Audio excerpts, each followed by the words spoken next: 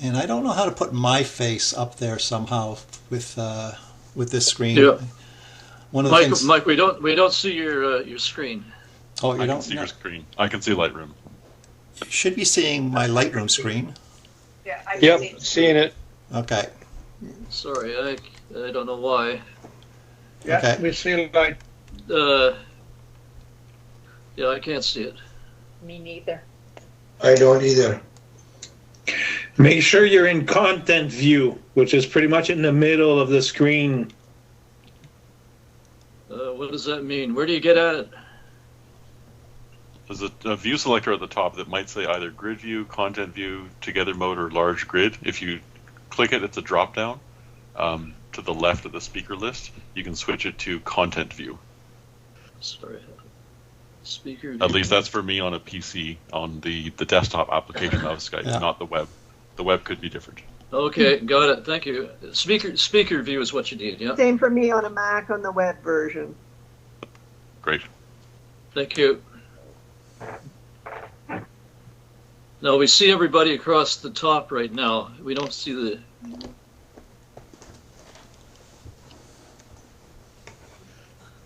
I see the participant. I don't see Mike, your screen. Where you were saying that? At the top, it says 18 people. There's a list of people. Next to that, it says speaker view. On a PC, anyways, desktop PC.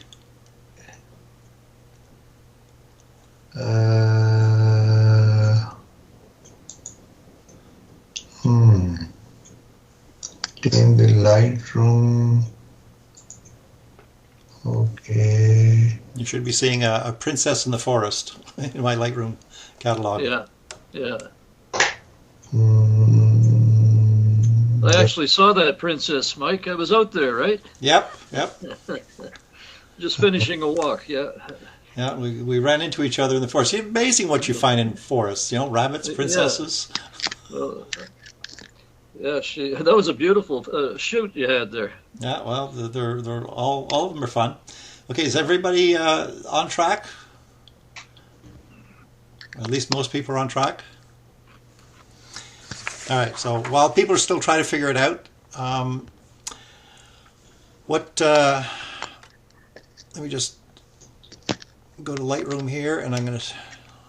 So you should just have an image of a princess in the forest. And essentially, let me just start by covering a little bit of background here. So, I mean, I've been doing photography for about 40 years, and I've been using Lightroom since it first came out. Started using Photoshop when it was version 1 back in 1992 or somewhere around there. And like most of you, I take lots of photos, and it starts to accumulate. So one of the things people often ask is, well, Lightroom and Photoshop, they seem to go hand in hand. And Lightroom's evolved over the years. It's become quite a good editor, but its main purpose is to manage photos and to keep track of photos. And I've accumulated well over 1 million photos over the years. A lot of them were like slides and prints and stuff like that, but over the years I've digitized a number of those as well. So Lightroom essentially becomes a vehicle by which you can keep track of things. And I can go ahead and go into Lightroom, and I can come over here, and this catalog right now has 284,000 images. And that's not all of them, but that's just the ones that are in this particular catalog. So I'll be talking a little bit about how you get into a catalog like this, how you turn around and you can, find things very quickly. And I can say, find me, anything that's got, birds related to it, and I can just go, quick click, and up comes a whole bunch of, pictures that I've associated with birds. And I can turn around and do the same thing and say, well, how about if I want to find anything to do with barns or something like that. So you can turn around and find things fairly quickly. And part of that is the way you organize things and put things into your catalog and organize things so that they produce sort of the results that you want. And once you've got the pictures organized, finding them, submitting them to contests, putting them in your social media, all of that stuff is very easy to do. So I think the magic is to figure out how you're going to tame all of these photos, keep track of them, make sure that they're accessible when you need them, get rid of the duplicates and the stuff that you don't need on your hard drive, just to be able to figure out which ones you're keeping and which ones you're not going to keep, and make sure that the ones you need are there when you need them. I mean, parents pass away and whatnot, and they leave you a shoebox full of photos, and that's great. But at some point in time, our grandkids are going to be looking to us and going, well, "Where are the photos you took?" It's kind of like, what? There was a hard drive crash, and my phone got lost, and this happened, and this happened, and this happened. So if the things are precious to you, you want to make sure that they're still around in the future. So the whole point is to make sure that we manage our photos, and that's what Lightroom's really for. Yes, you can edit them, and you can do a bunch of stuff, and you can do even more in Photoshop when it comes to editing and so on. But Photoshop is not a management tool for keeping track of your photos. Some people prefer to use Adobe Bridge. That's got some capabilities as well. But Lightroom is the Cadillac of photo management. If somebody's trying to say something, I didn't quite make that out. No? Okay. All right. So what we're going to do is I'm going to walk you through the art of the possible, so you can see exactly all the different things that you can do and how you can manage your photos, and how you can navigate this library and get from one shoot to another. How to find pictures when you're not quite sure, like, oh, when would you do that Hawaii vacation? Was that in 72 or was that in 79? I can't remember. And if you can't remember the dates, how do you find things? And how does Lightroom compare to your library, if we're using Explorer in Windows or Finder in the Mac, that kind of stuff. So I'll open your eyes to some possibilities and how you can manage your photos and some of the things that you can use for techniques for marking them and scoring them, etc. This is not a detailed how-to step-by-step course. There's way too many features for me to cover all of that. You'll see a lot of stuff here today and you'll go, oh wow, okay, that's kind of useful. I'll have to find a way to do that, or look it up, or send Mike a question or whatever.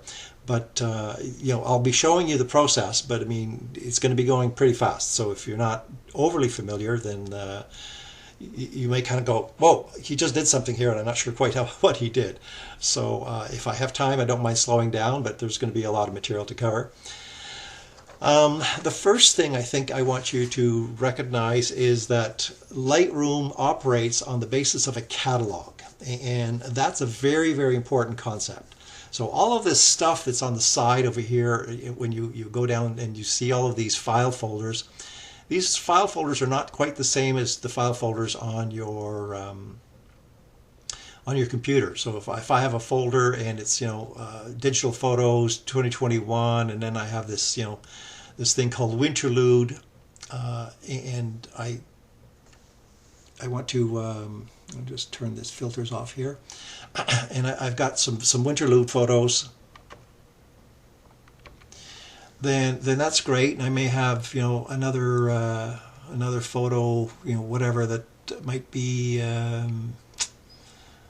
Let's see, strike a pose. Here's another kind of sort of shoot. So there's a whole bunch of different different shoots that I have, and what's down here are folder names. But there's a lot more to what Lightroom is carrying than Windows would carry. So in addition to the folder, any one of these pictures, also, this was shot at Britannia Beach. The model was Caitlin. I'm using some fabric here, and this particular image is a high-res image, whereas if I go to one of the others, it might be,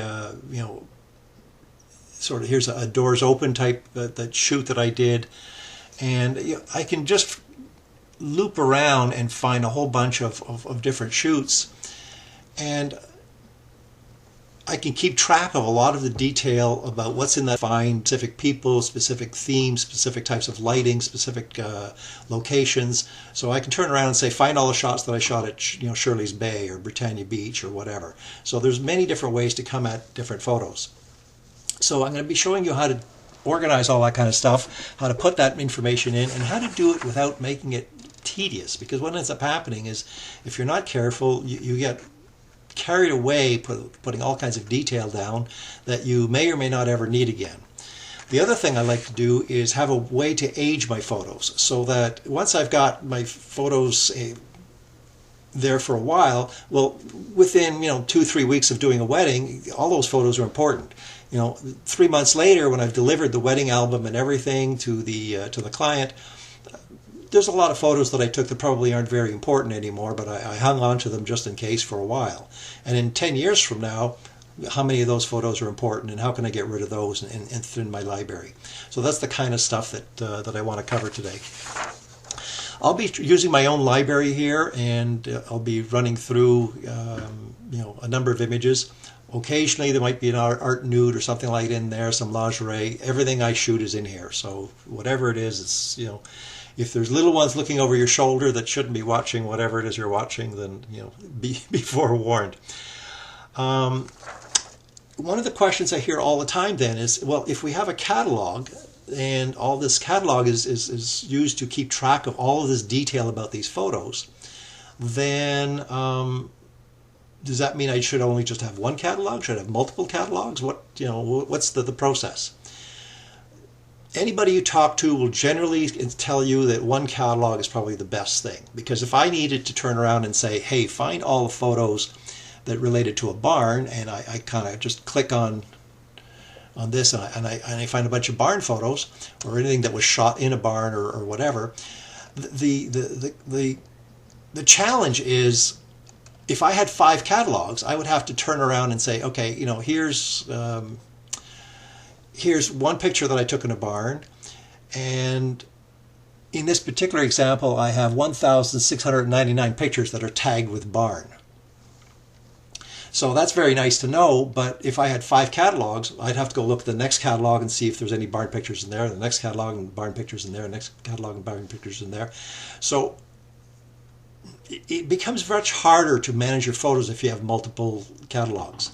Now, there are some very special cases when you might want to keep things separate. So if you're a commercial photographer and you want to keep all your business clients in one catalog and all your personal stuff somewhere else, that's fine. If you're looking for barns, chances are you're looking for barns in your personal catalog. Do you care that it was a barn photo that you took, as part of a commercial assignment? If you don't, then it's okay to keep them separate. But if ever you need to cross photos in 2 places, then it's better to have one big catalog. Now, the general belief is that Lightroom can handle any size. Well, my own experience, and I usually have a fairly powerful PC and I upgrade fairly often, is once I get past the 500,000 mark and I start doing large volumes of searches and so on and so forth, and I start doing wholesale maintenance, it starts to get slow. And my feeling is you need to be careful in terms of just how big this thing is. So that's one of the reasons I cull my library and get rid of the stuff I don't need anymore.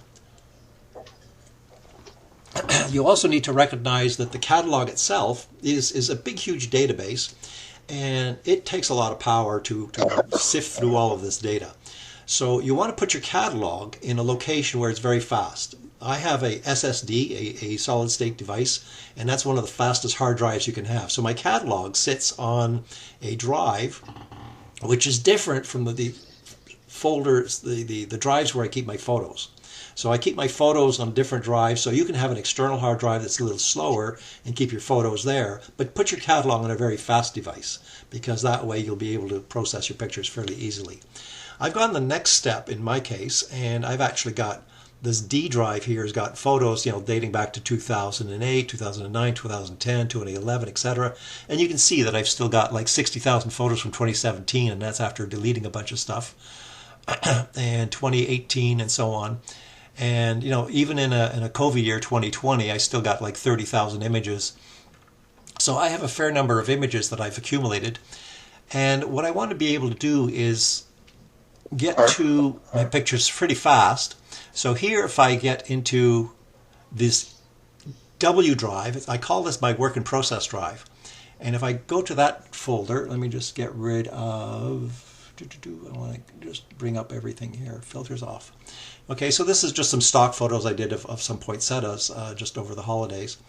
And I have these in a a second solid state drive, and that's where I work, where I import and I bring all my photos in. So I bring my photos into a very fast drive, I put my catalog on a very fast drive, and I operate that way. And then after a while, I move my photos from one point to another. So for instance, I have these poinsettias with 47 images here, and that's on a very fast solid state drive. If I go up here to my D drive, my internal image drive, I can drag something, and I'll just go back to my poinsettias here, and I can take this folder and move it all the way up to my 2022, and I'll just move that, and that hopefully won't take too long. It's about 50 photos, and it's literally moving the photos from one drive to the next drive, and it's moving all the metadata that was associated with those photos in one drive to another drive. So it's literally just moving everything from one drive to another. It's rebuilding the catalog, and it's updating everything all at once. That brings us to one of the important rules is when you're moving files, renaming files, doing anything to files, please, please, please always do it in Lightroom, because Lightroom will lose track of where your photos are if you go outside of Lightroom and you start renaming things or moving things around, and then you're going to go to Lightroom and it's going to say, hey, where is this folder? Where is this image?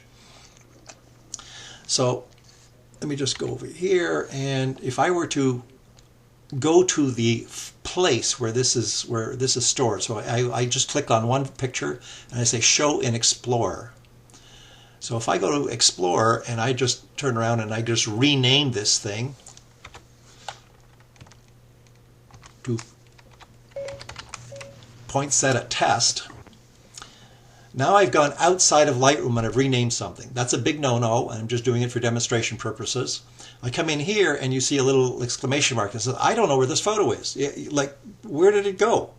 So Lightroom has lost track of where this image is, and I have to go ahead and reconnect it. And to reconnect it, you have to literally just, well, you want to find this, let's locate it, and, look for it. And, it used to be on the W drive, but now it's sitting over in, let's just go over here to PC, and it's going to be on my D drive, and it's going to be under digital images, it's going to be under 2022. And it's now in poinsettia test, and I'll say that's the picture, that's where the image is. And now I got to go find poinsettia 7208. So 7208, I got to go find the actual image. And there's the actual image. I'm reconnecting that one image. Now there's a nice little feature down at the bottom here that says find nearby missing photos. So because one picture was missing out of a bunch, and I located that one, because I have this little link, this little check mark, when I select it, hopefully it'll reconnect all the others as well. And you see all the exclamation marks should start disappearing, and boom, boom, boom, boom, boom, all over the place.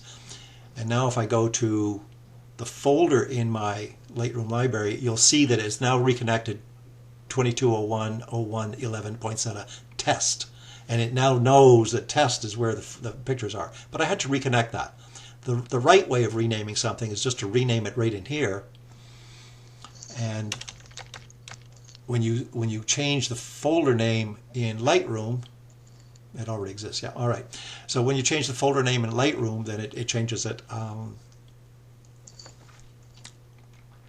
everywhere. So I'm going to just change this, whoops.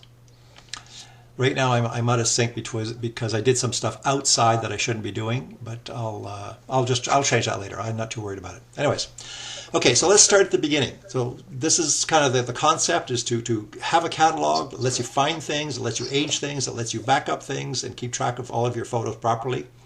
Think of this catalog as the index cards at the front of a library. You go to the library and you say, I'm looking for something by, Stephen King, and you just go to the index, and it knows that, Stephen King wrote, the book It, and it was published in this date, and it's, sitting on shelf, B17 on the second floor of the library, and it knows exactly where that book is. If somebody were to move that book, the catalog is now out of date because it's pointing to something that doesn't exist anymore. So you want to make sure that these things stay in sync. So to start with, you just generally do an import. And the way I operate is I take the memory card out of my camera and I put that into a card reader and connect that to my PC. So I take the card out of my camera and I put it into my PC. The other thing you can do is connect your camera to your computer with a USB cord or whatever. One way or another, you want to connect the camera to the PC. Some people don't import directly into Lightroom. They try to copy everything from the camera to their PC, and then they try to put it into Lightroom afterwards. You can do that. It's a different process, and it takes a little more. It's a two-step process. It takes a little more time, but I prefer to just deal with it through Lightroom. One of the advantages, if I go to my my card here and I say go fetch what's on that card, it says there's nothing to be imported. Well, why? Because it knows that I've already imported all the pictures from this card. There's a little switch here that says don't import suspected duplicates. So if it finds something on your memory card that it's already got in its catalog, it don't import it. If I remove that switch, it tries to re-import all of these photos. So it would try to import these and I'd have 2 copies of them. So I tend to keep this on, and that way I know that if I take a memory card and I import it, and then the next day I go out and take 50 more pictures, and I take the same card and I haven't deleted it or updated it or reformatted it, and I take the same card, put it in my computer, the computer's not going to suck in the same pictures over and over and over again. It only sucks in the ones that it recognizes as being new. So this is kind of the first step. So I'm just going to cancel out of here. I'm going to go to my Elven Princess folder, and I'm just going to select a bunch of pictures that are 2-star, and I'll explain the whole concept of 2-star in a moment. If I do the two-step process, am I really duplicating all the pictures I have on my hard drive? It really depends. If you don't import it properly into Lightroom, you could in fact be creating a second copy. And we'll talk about that when I go to the import in a moment. Remind me, and I'll explain how to make sure you don't get a duplicate. So I'm just going to take all the 2-star pictures here, and it says down at the bottom I have 50 of them selected. I'm just going to delete those. Actually, I see a couple there that I probably don't want to delete, and yeah, good enough. So I'll just say delete. Now, when you go to delete anything out of your Lightroom, you have 2 choices. One is to remove it from the Lightroom, so throw away the catalog entry. Okay, it's like going to the front of the library and ripping up the index card, but the book's still in the library. Or in this case, you can say delete from disk, which case you're getting rid of it from the library and you're removing it from your hard drive and you're saving space. So remove from Lightroom only doesn't save you any space on your hard drive. It's just removing the indexes from Lightroom, which are really teeny. So delete from disk, and I'll get rid of these photos. Mike, so I've gotten rid of about 48 images now. Mike? Somebody's got their mic turned on and I'm hearing an echo. You're using Lightroom Classic. Does Lightroom yes, I am. Regular work the same way? Okay, so let's just take a quick moment here. The good point. Lightroom Classic is the one that's been around for a long time and is the one that I'm using today. And it is the one which essentially lets you manage the photos on your hard drive. And so everything that you're doing is really keeping track of everything on your hard drive. Lightroom, without the Classic, terrible naming, is the newer version of Lightroom that came out, and it is a cloud management tool. So everything you do in Lightroom Classic is about managing stuff on your phone and in the Adobe Cloud. So you're not managing stuff that's on your hard drive, you're managing stuff that's in the cloud. So it's a different tool. It's got most of the same options that you have in Lightroom Classic. In terms of editing and so on and so forth, all of that kind of stuff's the same. There's a lot of the features that are the same, but it's really meant to be the social media tool and the way of managing things in the future. There are ways of putting things from Lightroom Classic into the cloud. So if you want a few things in the cloud and just have a few things synced between your phone and your Adobe Cloud and your hard drive, Lightroom Classic will let you do some syncing. We're not going to get into a lot of that detail today, but there's ways of doing that. So, good point. This is Lightroom Classic, and it's the one that really is the workhorse that is really going to handle lots and lots of volumes. I have no idea. Well, I mean, unless people have got mega dollars, chances are they're not managing millions of photos in the cloud. I mean, you just need a lot of space. I have something like 14 terabytes of photos. I'd hate to put all of that into a cloud. Yeah. Mike, yep. Just a quick one. Whenever you said it gave you the choice between removing in Lightroom or removing from the disk and Lightroom, that presupposed that you were importing directly to a disk then on the computer. Well, this in the classic world, you can say delete it from the cloud and delete it from Lightroom. In essence, the question is, do I just, when it says to remove it from Lightroom, it says just throw away the cataloging information, and then the second option is delete it from the disk or the cloud, and that says physically delete the photo. It is gone. Yeah, so you don't have the photo anymore. That assumes you put it on the disk, obviously, to start with. Yeah. The reason I had deleted a bunch of images. I had deleted 48 images, so you'll see here there's like 48 images that are about to be down at the bottom left here. Yeah. It says there's 48 images to come in. The reason there's 48 images to come in because I deleted 48 a moment ago, and so now it doesn't recognize these. If I remove this duplicate, then all of a sudden it's now trying to bring in 229 photos. Okay, because it's going to create the duplicates, and I don't want that. So I'm just going to do this. So I'm just bringing in these duplicates for a moment, and I'm just going to import them. Now let's talk about some of the other import options. Second copy. If you're going to be making changes and you want to have just temporarily, because you're moving them off your memory card and you're moving them onto your hard drive. That becomes a single source, right? Your memory card is probably going to get reformatted in tomorrow or the next day or whatever. So now you only have one copy. So before too long, it might be nice to have a backup. And so this second option just says, make a backup right away. So I'm importing all of these things to a folder, which will be on my work in process drive in a moment. But I'm also making another copy to a drive called T drive. And it's just copying these pictures to two places. I don't hang on to this for very long. As soon as I've started editing my photos, making some changes, and I start creating my usual backups, then I get rid of this secondary backup. It's just it's just a precaution. It's just like some cameras have two memory cards, and some photographers like to write to two memory cards at the same time. If one of them gets corrupt, then you have the other one as a backup. The same thing is happening here. Lightroom's writing the same file to two places. You're going to use one of them. And when you can start making changes, and you flip some of them to black and white, and you crop some of them, and you lighten some of them, and so on and so forth, you're going to be working on your main copy. The one that I'm going to put over here on my T drive, that is exactly the way it was imported, raw from the camera. So if I were to lose my catalog and my original photos, I can always go back to this T drive, but I'm back to the beginning in terms of the way they were imported at the time I imported them. All my edits and all my other things are gone. So there's other ways of making sure you don't lose your catalog, but we'll talk about that a little later on. I'm just going through the options. Naming files. I always name my file based on the way it comes in. So I might call this one Kitty or something like that. And then what will happen is I use custom name. I use the template custom name plus original file number. So this picture will come in as Kitty.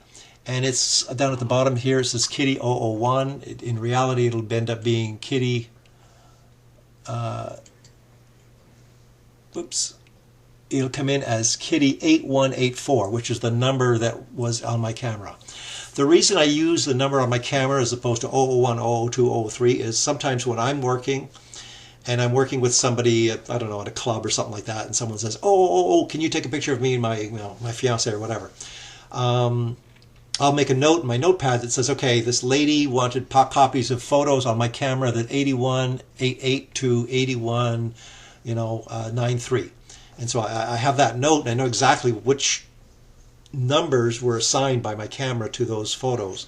So if I were to switch them around and start renaming them, then I'd lose track of which numbers are which. So I like to keep track of that information in case I need to. Or if I'm doing team sports or something like that, and someone's keeping track of, exposure 8109 is Charlie, 8110 is Stella, 8111 is Henry, and if they're keeping track of that kind of stuff, then at least I can tie names back to pictures as I go along.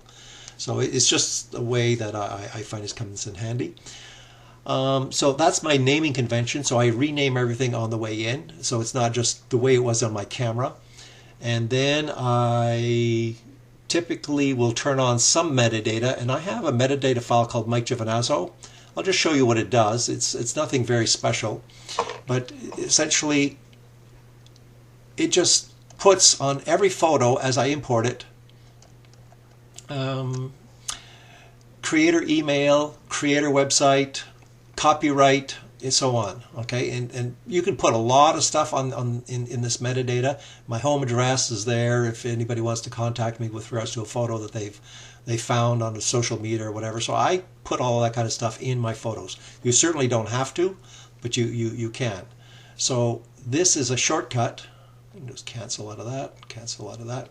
So by saying metadata none, nothing happens, but I say metadata Mike Giovinazzo, all the metadata I just showed you gets added to every photo that I import. It's just automatically there. So when I go to export my photos for a contest or whatever, my name and everything else is part of the metadata. Develop settings, I usually leave it to none, but you can actually use any one of your Lightroom settings. So if you wanted to have everything come in as black and white, you could literally just import your photos, and this black and white preset would be applied to everything. So not too often that you'd want to use that, but it is an option. Keywords. This is where you're going to save a lot of time. I ended up shooting this on Old Quarry Trail, comma, it is Kitty, it was my model, comma, it's a cosplay, comma, and it's a meetup. And anything else apply to these photos? I could just say winter, and let's leave it at that. So when I import these photos, every one of these photos will automatically have all of these keywords. So you want to apply at this point in time keywords that are common to all your photos. If you had some flowers and some beaches and some sky and some other things, and they varied, well, chances are I would apply those keywords later. Right now I just apply keywords that are going to be universal to all of these images, and then later on I can turn around and I can say close-up, portrait, face, wood scene, whatever. I can assign that type of stuff. Once I've done that, then I tell Lightroom, where do I want to import these? So somebody asked whether they're creating a duplicate. If you're having to fill this in, you're probably creating a duplicate. Okay, because what ends up happening is when you say into subfolder, in this case, I will give it the folder name that I want, and I maintain a date sequence. So I maintain 2201, 03, 11, Elvin Princess, and I put everything into one folder. By default, you can have things like by date, and all of a sudden Lightroom will start putting things in subfolders. So if you were importing, for instance, a memory card with pictures you took over 5 different days, over holidays, over a vacation, for instance, it would put your Monday pictures into a Monday folder and your Tuesday pictures in a Tuesday folder, and so on and so forth. And it would just split them all up for you based on the date of your picture taken in the camera. That's not something I want. I like to just have my Peru pictures in a Peru folder, and that's it. I don't really care what day it was shot. I still have that information in my metadata, so I don't really want my folder split up that way. So I just put everything into one folder, and I give it the folder name. And that's just the name of the folder. But where on the directory is it? Is it on the D drive, the C drive, the E drive? I get to choose. So I get to put it on the E drive, and I'm putting it here. And that means this folder will be subordinate to the folder called WIP. So this folder will become subordinate to whatever. So if I go and put it, for instance, over here, you'll see that in italics, where's a good place for it? You'll see right underneath here in italics, it's going to put 2022-03-11 Elvin Princess underneath this folder. And I don't really want it there. I want it here. And so now you'll see that it's down over here. And the only reason it's not italicized is because it already exists. I'm importing into this folder twice. Okay, so that's kind of the technique. So all of this stuff here is fairly important. And if you spend a little bit of time importing properly, pictures will be in a location you expect. It'll be in a folder that you want, on a drive that you expect, with metadata that you expect. And if you've created a file name, in this case kitty something something as a number, with a folder name of the date and Elven Princess, well, I've already got, without any metadata, I've got all these photos tagged as kitty because that's part of the file name. I've got all these files in a folder with the name of Princess and Elven, and I've got all these files in a folder that's tagged to a date 2022-03-11. So you can do a lot with just your naming conventions, your file folder naming conventions, and your locations, and that can tell you a whole lot about your photos right off the bat without having to get into the whole metadata and everything else. So I will let this import for a second, and then while that's happening, any questions on what we covered so far? I have a question, Mike, if I may. Yeah, go. I remember a long time ago there was a possibility of having Lightroom format your memory card after import. Is that still available? It's not a feature I remember. I know there's an eject card after import, but I don't remember a reformat. Lightroom is Now, paranoid about deleting your data. They will never do that. Yeah, I think I can see that. However, let's wait for this to finish until it's done. I'm going to go back to the import for a second here, and I'm just going to cover two other little details. It's still importing and copying. What I was going to do while I'm waiting. Yeah, go ahead. Question? Yes, I have file. Can you hear me? You cut out. Say that so again. I see yes, I see file handling and I see apply during import, but I don't see a location thing. Why? Any idea why? In you're looking at your own Lightroom? I am. Yeah, so let me go back to the import for a moment. So there's my memory card. So if I have something that's coming in from a memory card, it usually says copy.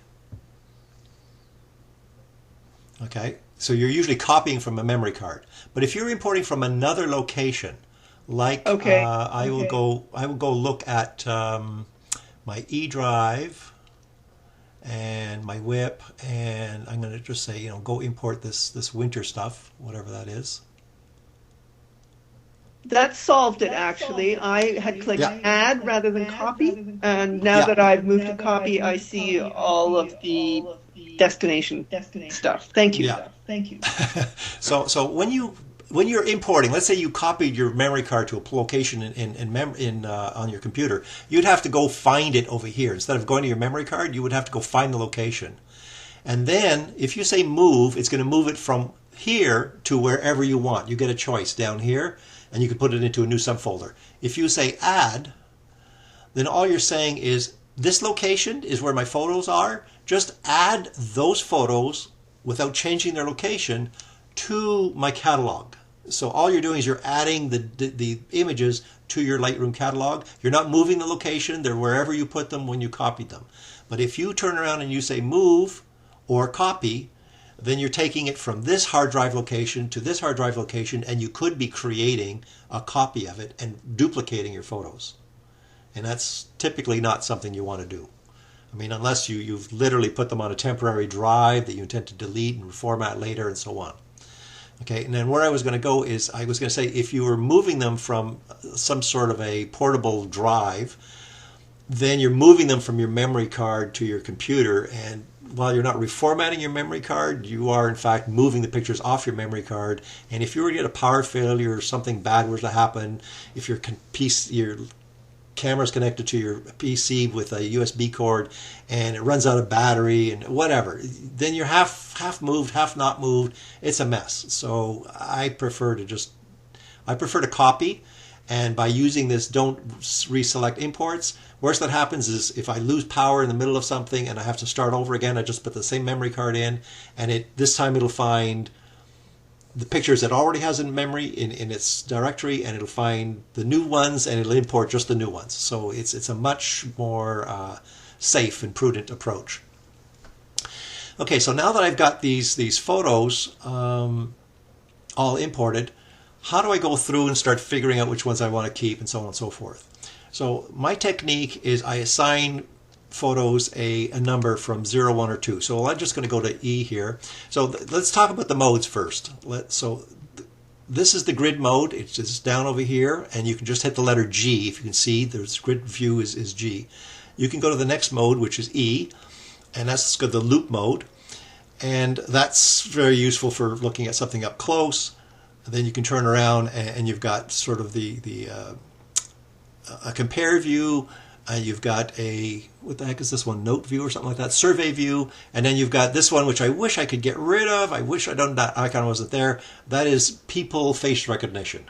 And I've got thousands and thousands of faces and models and clients and whatever. I do not want it to do face recognition. It takes forever trying to compare every face it knows to every other face it's in there, and it's not something. If you have just a handful of people, you just do photographs of your family and birds and flowers, great. But I photograph people, and the number of faces I have in here just kills this thing. Anyways, so typically I hit the letter E and to get into my first mode, and here the model's still wearing her coat. We're just setting up our lighting and we're making sure everything's right before she takes off her coat and freezes her little tushy off. So I get lots of photos like this where I take pictures that I don't intend to keep. I'm just setting up my lighting. I'm making sure my flash is working. I'm making sure my ISO is right. I'm checking my depth of field. I'm just not wasting the model's time. Posing her and so on and so forth, and then go click and say, oh, sorry, my settings are wrong. So I get all that stuff out of the way. So that to me is a 2, and a 2. I'll go back here. You can see the 2 is set up down at the bottom. If I go to the next picture, she's looking down. I'm still, she's just fluffing her dress. I'm still testing and whatnot. So that's also a 2. So in my world, 1 is garbage. I mean, I just shot a picture of my foot or something. It's got nothing to do with the shoot. So I can get rid of that right away. It's nonsense. 2 it's not really a usable photo. I mean, it's related to my shoot, but I don't intend to keep it. I will get rid of it, but I might want to hang on to it for a while. So for instance, I might take a picture at a wedding and it's a group shot and somebody's got their eyes closed, or some kid's picking his nose or something like that. So, I mean, it's not really a usable photo, but I might need it. What if there's another group shot and the bride says, hey, I need a picture of this group shot, but I don't like Aunt Bessie's face. Do you have another one of Aunt Bessie? Well, I can go back to the one where the kid was picking his nose and say, oh, there's a good expression for Aunt Bessie, and I can steal maybe her face from that photo and merge it with another. So I might still need these photos, so I don't get rid of them right away. 3 is well, that's probably a 2. And so now I can hit this 2 star with my mouse, or I can hit the number 2 on my keyboard, and that sets it to a rating of 2.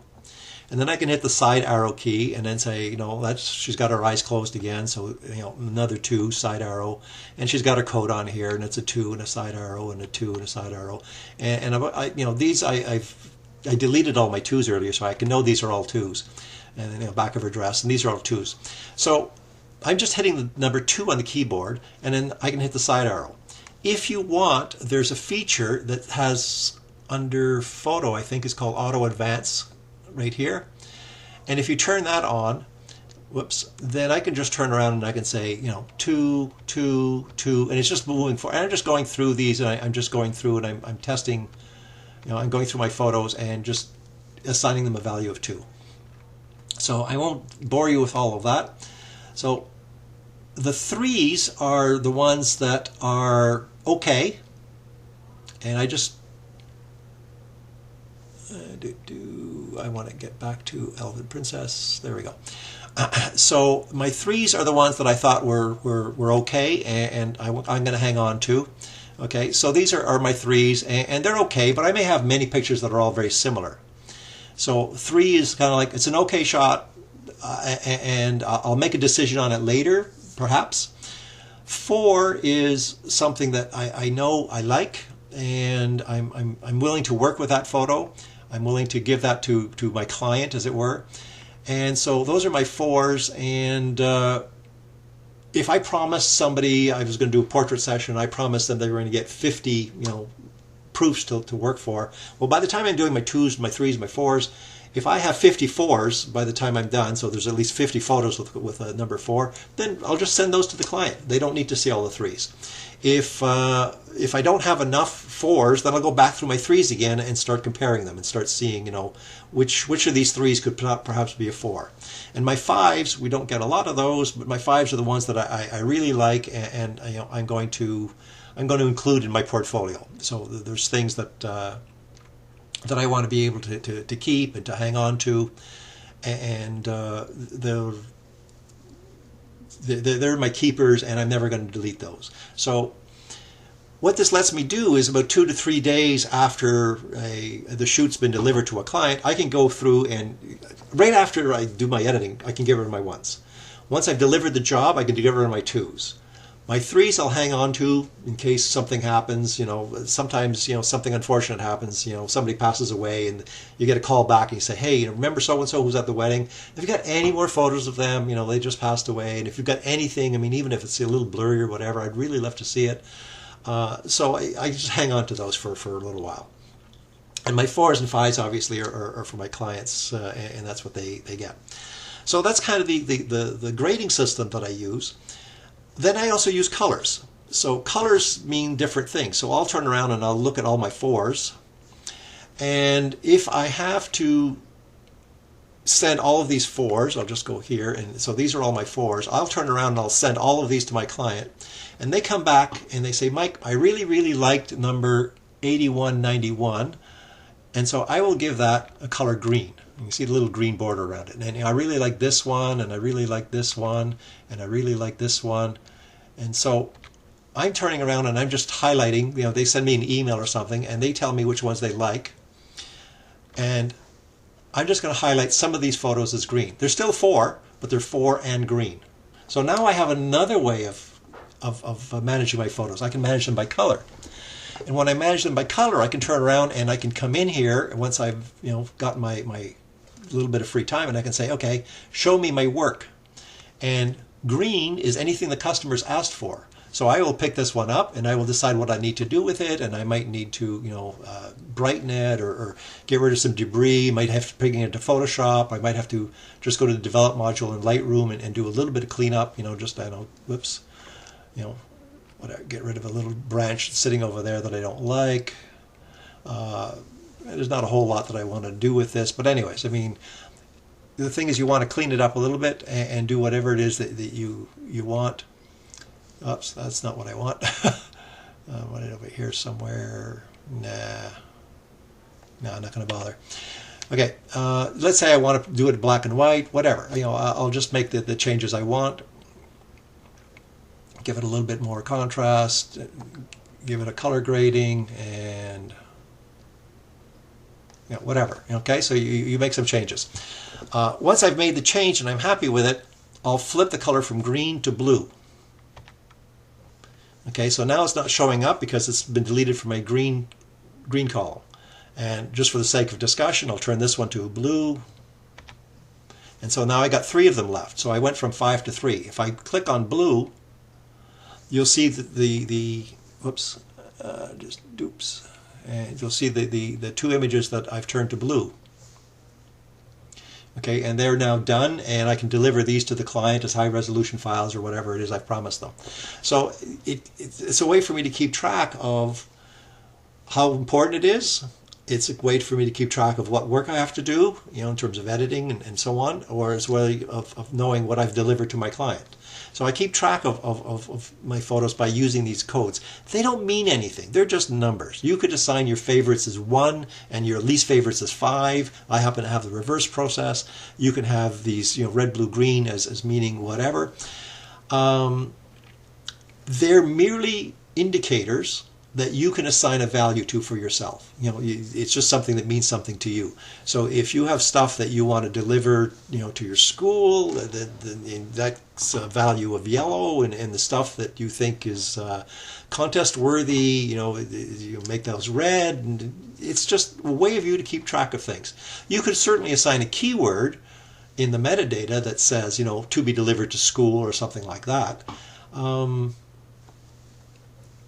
It's up to you to come up with a system that works for you, but be consistent, because if you start switching things around and all of a sudden, for the past 10 years, one meant your best photos, and then for a while, one meant your worst photos, well, then whenever you say, show me all the ones, you're going to get your best photos from a certain year and your worst photos from another year. So it's not going to be very, very practical. So you're better off to just work with consistent approaches. Now, the numbers can be assigned 1, 2, 3, 4, 5, as I mentioned with the keyboard, but this is really the number 6, red, 7, 8, 9. So blue is 9, 8, green is 8. So I can switch these things around very easily, and I'll just get rid of my filters. And if you look at this particular photo, there's a blue border around it, and now I can just hit the number 8, and it's a green, and hit the number 5, it becomes a 5, hit the number 4, it's a 4, hit the number 7, and it's a yellow. And so if I hit 3 and 6, then it becomes a number 3 red. So it's just a very quick way of moving things around and organizing your photos, and it gives you exactly what you're looking for in a speedy way. So if I want to find all my blues in terms of my entire catalog, I can come up here and say all photographs and find just the blues, and out comes a whole bunch of blue.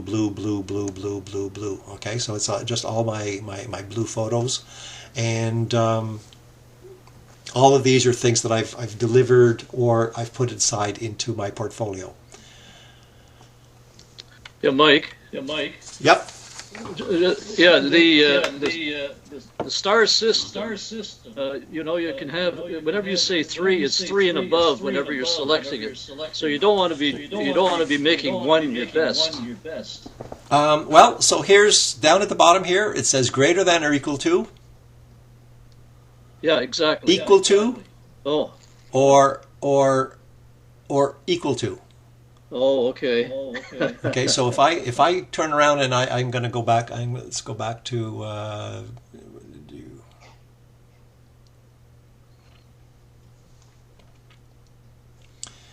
so here's a bunch of commercial work, and if I come over here and I can say equal to 3.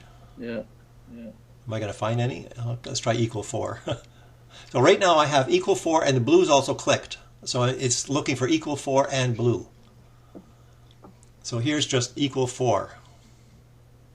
It's okay. All right, and number 2 I can say great. I've got the 4s and the 5s. Oh, fair enough. Okay, thank you. Okay, so you can work with it either way. So what you're pointing out though is very interesting, and that's another thing that we can do as well. So I go back to my Elven Princess, and I can come over here and I can say, look at everything that's unrated. So it doesn't have a 1 or a 2 or a 3, it's actually a 0. And these are the ones that I haven't had a chance to review yet and decide whether they're a 1 or 2 or 3. So if I'm going through and I'm grading these things, then I have to stop, go for coffee, grab a dinner, go spend time with the grandkids, whatever. I can always come back and just say, show me my unrated, and then come back and say, okay, well, that one should have been a 5, and this one should be a 5, and I don't know what that is. That's a copy of something, and then I can start going through these other ones and go through them a little at a time. Yeah. Okay. Okay. So now the other thing I'm going to do is, as you're reviewing these, you should ideally be reviewing them and not editing every single one, right? You've got come back from taking photos, and you've got 300, 400 photos. You don't want to edit 300 or 400 photos. You just want to be looking at them. But there is a tendency to say, well, I kind of like it, but I think it's a bit dark, and you're kind of wondering whether it would be salvageable or whatnot. You can get into a situation where if you've got a photo, and let me just go back to develop module. And I'll just hit reset here. And that's not too bad actually. And so this is my import. All right, so let's see. Okay, let's take this one for now, and I'm going to take it and I'm going to say, well, it's a little bit on the dark side. All right, so I'm just going to bump up the shadows a little bit, and that's all I'm going to do for now. Okay, now I've got a bunch of other photos that were taken pretty much at the same time with the same lighting, and I can kind of go all the way along here and say, okay, this is the same, this is the same, this is the same, and this is the same, all the way up to okay, right about whoop, over here she's in the trees. So I'm going to hit shift and click, and you'll notice I've now selected, it says over here 54 images. I can just turn around and say sync. And what am I syncing? Well, I only affected the highlights, but I mean I could sync the color grading, the detail, the transformation, the curves. I can sync everything I want to all my other photos. So if I say synchronize, you should see this one pop up. And so this is the one that's just been brightened like all the others. If I go back and I reset it, this is what it looked like before. And this is because I propagated this one change, this very simple change to all my photos. So if you're having trouble evaluating your photos and you want to just do a little change, you can propagate it very quickly to many, many other photos. And if you're sharing these photos with clients or whatever like that, then you certainly don't want to share them when they're too dark. So you could turn around and just, buff them up just slightly. But you certainly don't want to spend a lot of time editing each one until you've decided which ones are your 4s and 5s and really edit those. So you don't want to spend a lot of time on your editing. And you can do lots of editing in Lightroom. I have run separate classes to talk about Lightroom editing, and you can get very, very creative and do some fine, some funky stuff. Let me just do a quick 5 here. So that's a final. Okay, so here's an NEF file. This is my Lightroom edit, and if I hit reset, that was the original. So I took this with a flash behind the model, knowing that I wanted to give this an overall dark image and so on and so forth, and I kind of had something like this in mind when I took it, and then I took it from there and I put it into Photoshop and gave it a little bit of more snow, and I added the moon and so on and so forth, and this is the signed version with my signature on it. So this is kind of how I progress from my import to Lightroom edit to Photoshop edit, and then my final image with my signature. And quite frankly, 95% of my pictures stay in Lightroom. I only go to Photoshop maybe 5% of the time for very specific things like adding a moon or changing a sky or whatever. Okay, so now we talked about how to import. We talked about how to assign stars and colors. We talked about how to go through and find your keepers. When you're reviewing your photos, you're typically reviewing things in one folder. Okay, so if I'm going to go back to the library mode, and I say right click, and I can say go to folder in library. Click, and now you see I'm at this location. I'm at Elven Princess. When I'm searching for things like 2-star, 3-star, whatever, I'm actually searching for things in this folder. If I turn around and I say Control F for find, and then I want to find for something specific, and I want to find something like cosplay. Well, all pictures will have cosplay. I have caps lock, cosplay. I mean, all these pictures will have cosplay. So it's pretty straightforward. But let's say I put these ones. I go from here. Come on, click from here to here. Actually, okay. Let's talk a little bit about how to do this. So I've just highlighted 10 photos, and I'll just, for the sake of demo, I'll just say trees. So I've just added the keyword trees. Now instead of looking for cosplay, I just say trees, and I just get those photos. Okay, so you can look for things in a folder, but if I were to look at all of my photographs, Now the word trees is looking not just on this folder, but anywhere else in my catalog which has, you know, trees as a keyword. Okay, so you can look for things very easily. Now what we're going to do is spend a little bit of time talking about how to assign keywords, how to, you know, change them, how to manipulate them quickly and easily. So here's our photos for this particular picture. I'm going to go to folder in library. So now I've narrowed my focus to just this one folder. Let's talk about if you want to do multiple folders. If I want to do multiple folders, I can hit Control and include this one and this one and this one. Now I've included 4 folders, but I'm still looking only for trees and nothing else popped up. But if I get rid of the trees, you see I've got several shoots. I've got this Simona and Matt wedding shoot. I've got, hello, come on. I've got this Viking meetup shoot that we did. I've got a few pictures of Old Quarry Trail. I went out and checked out the location before we did the shoot, and I have the Elven Princess shoot. So I have all of those shoots. So you can select multiple folders at a time. Be aware that there's also a feature. If I click on, let's go to this one here. If I click on this one, Ravenlux Viking, it says there's 110 photos there.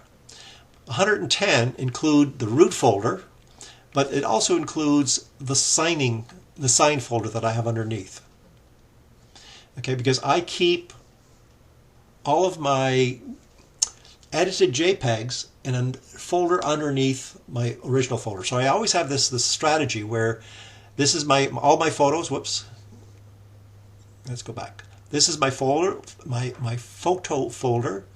And then the ones that I want to put in my portfolio and whatever are usually just underneath as signed versions of the same thing. So it's the same picture as above, but it's got my signature. And so they're always in my library. So if I want to find something quickly, I can just find it and just grab it. If I see a picture like this one and I say, okay, this is the one that's signed, it is obviously Aiden 8095. But if I want to include the original came with that, I just include the folder above, and sure enough, there's the picture that I'm showing you with my signature, and this is the original one in high resolution. So if I need to do something like submit it to a magazine or whatever, I can go quickly from something that sits in my social media to something that sits in my, you know, my main library. And both of those are 5s, and right now neither of those have any special markings, so I haven't put them into my portfolio or done anything with them. They're not part of my social media. They might have been on Facebook or whatever, but I haven't put them in on my main portfolio library. So let's go over here, for instance, and let's go G. And so here's something that's blue, and it's okay. So there's a photo of a wedding, and if I want to take that now and I want to say, hey, I want to take that and I want to put it in my wedding portfolio, I can take that picture and drag it into something called, these are plugins. I can drag it into this folder called Wedding, and this is a plugin for SmugMug. I can actually also take the same picture and bring it into, let's say, ViewBug. So when I go to ViewBug, G, it says there's one new photo to be added to ViewBug. All these others are already there. So if I just hit publish, this takes this photo and submits it. Oh, okay. It's missing some data. I need a title. Simona.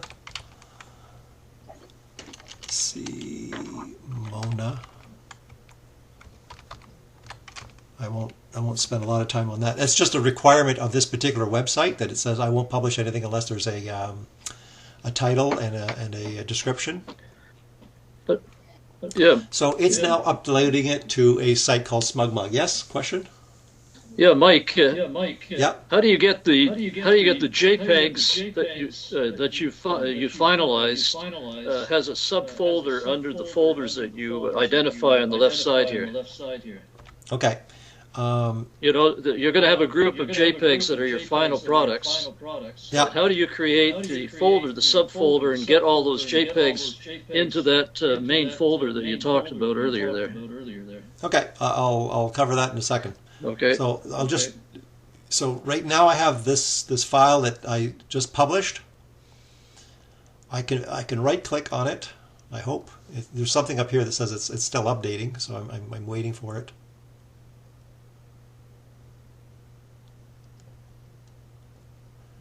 Don't take all day. So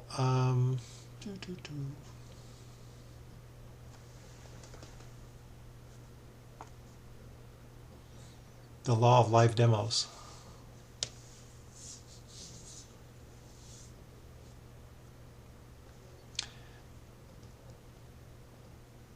It's not letting me.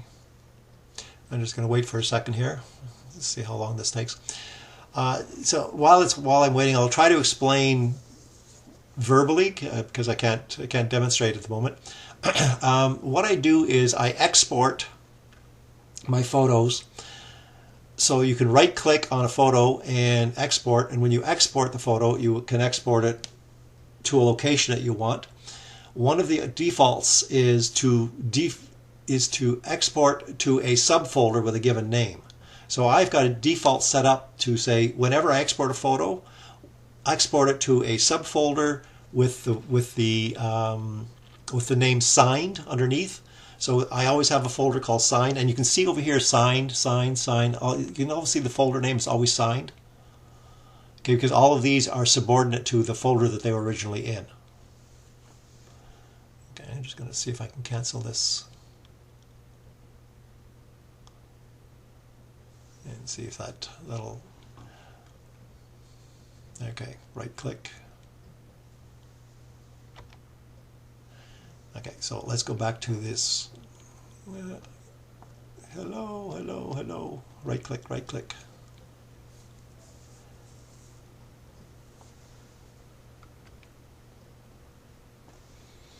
I think I'm going to escape and go back in. Once in a while, Lightroom does get finicky.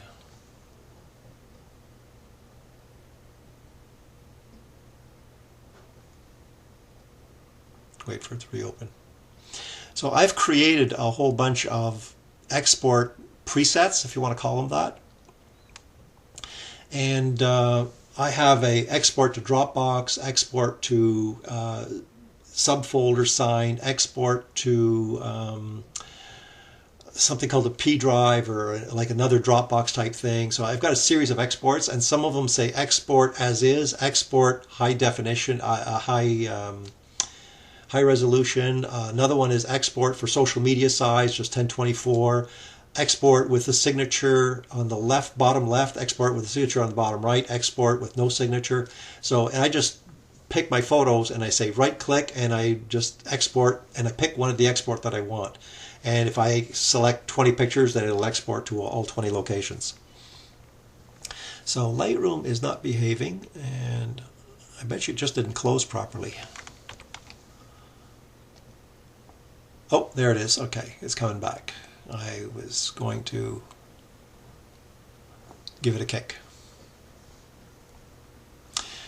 Okay, so let's go to the folder in library. So again, I'll hit Control and click, and you'll see this is the photo I'm looking at, and this one right next to it is obviously the PSD, where I must have done something in Photoshop. Oh, I probably replaced the sky or something like that. I think this was my original photo, and then I ended up just adding a sky to it.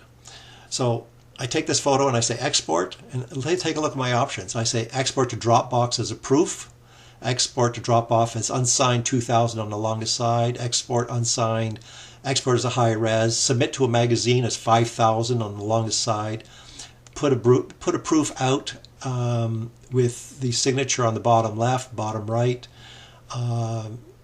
This puts out a signature called proof. I'll just do this one for a moment. And it'll show up. And you'll see this one says proof only, whereas the other one says with my signature. So I can export these photos any way I want with the images I want. So if people are interested in doing that kind of stuff, then yeah, I can show you how to do it. But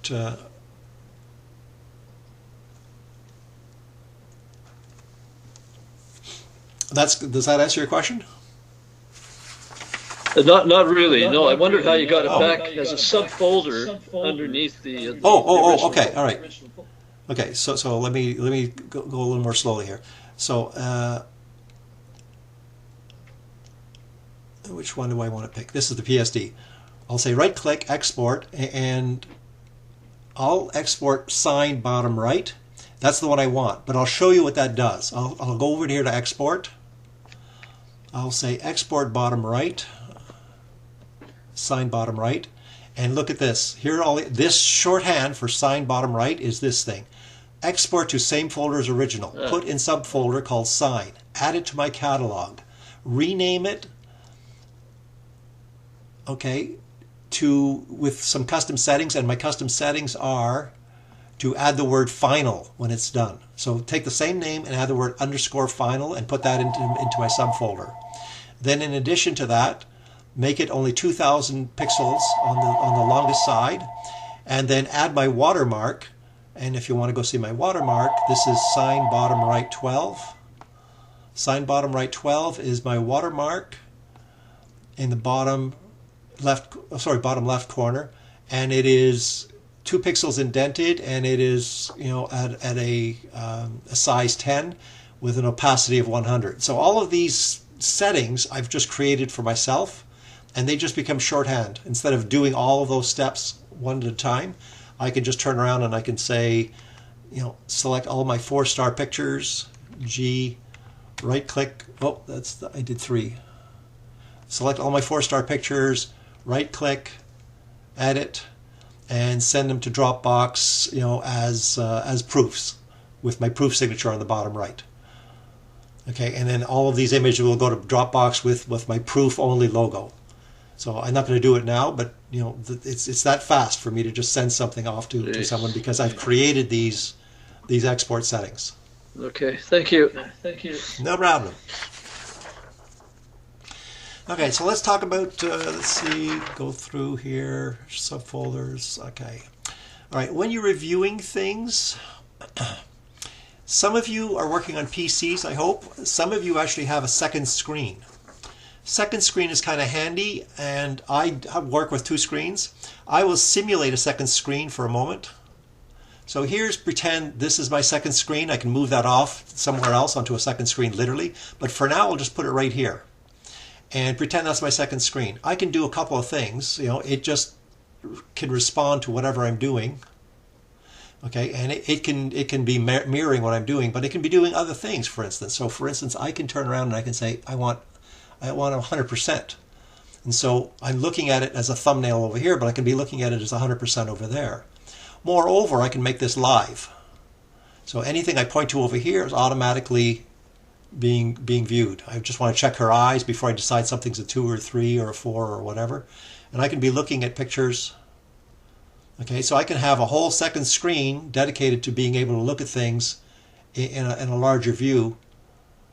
And that makes my life a lot easier, as opposed to if this is off, I have to say, oh, is this sharp? And I got to go in here and say, yeah, that looks okay. And then hit Z to go back out. And then go to the next picture and then zoom in here. And then, yeah, I think that's her expression's okay. And then go to the next one.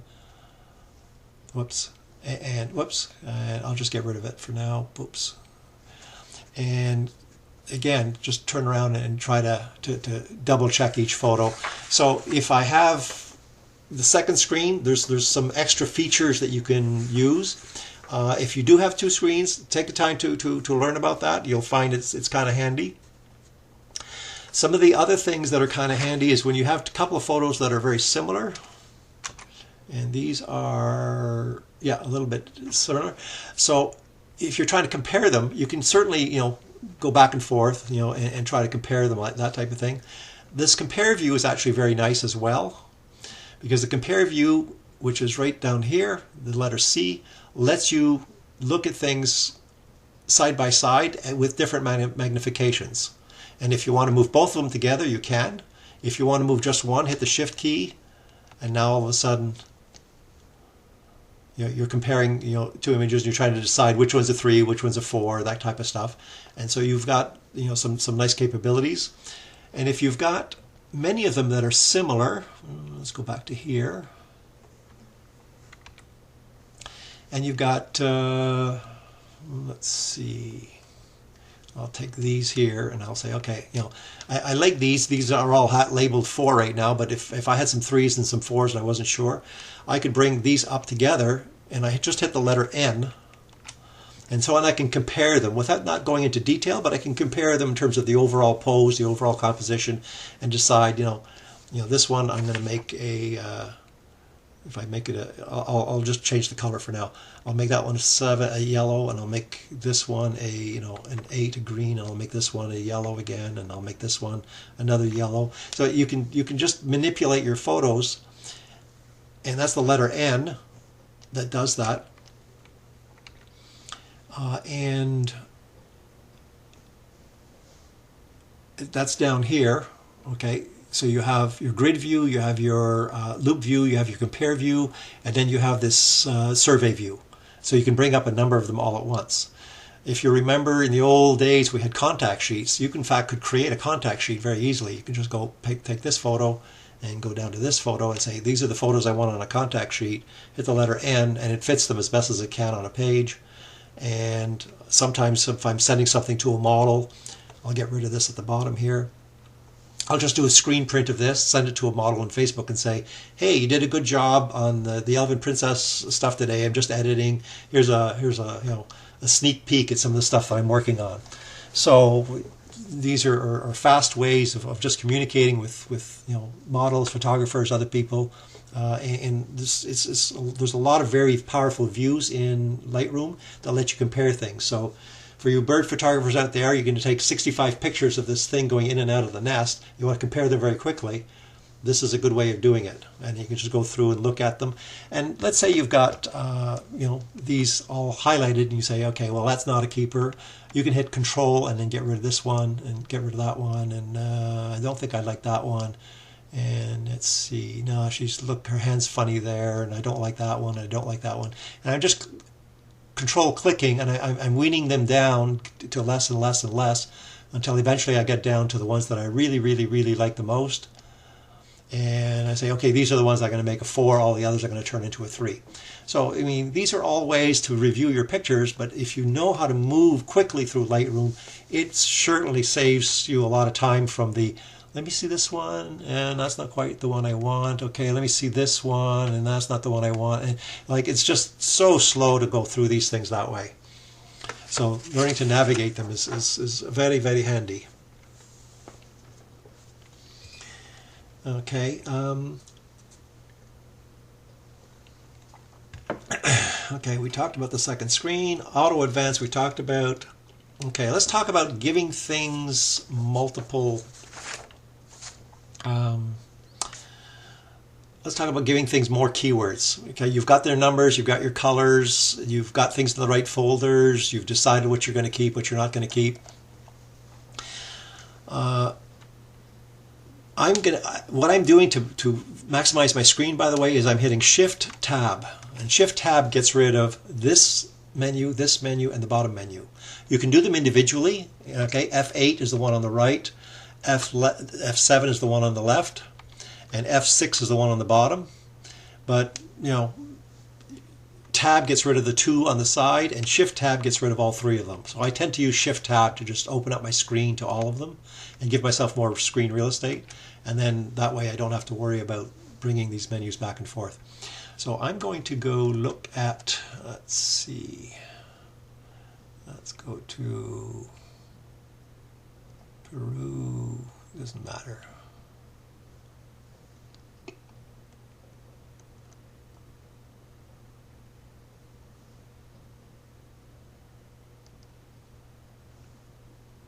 Let's go over here. All right. So this is Costa Rica. That's almost 2 years ago to the day. We were in Costa Rica when Mr. Trudeau says, "Come home now." So anyways, so when I imported these, I mean, it's pretty easy to turn around and just add Costa Rica to all of these images. I can also turn around and say, well, this one, I'm going to hit Control click this one, this one, this one, this one, this one. I probably could have hit Shift click. So let's talk about how you select pictures, by the way. So I just Control click all through those, and I can just say add flower to all of these. Right? That would be a useful. Why is my cap locks on?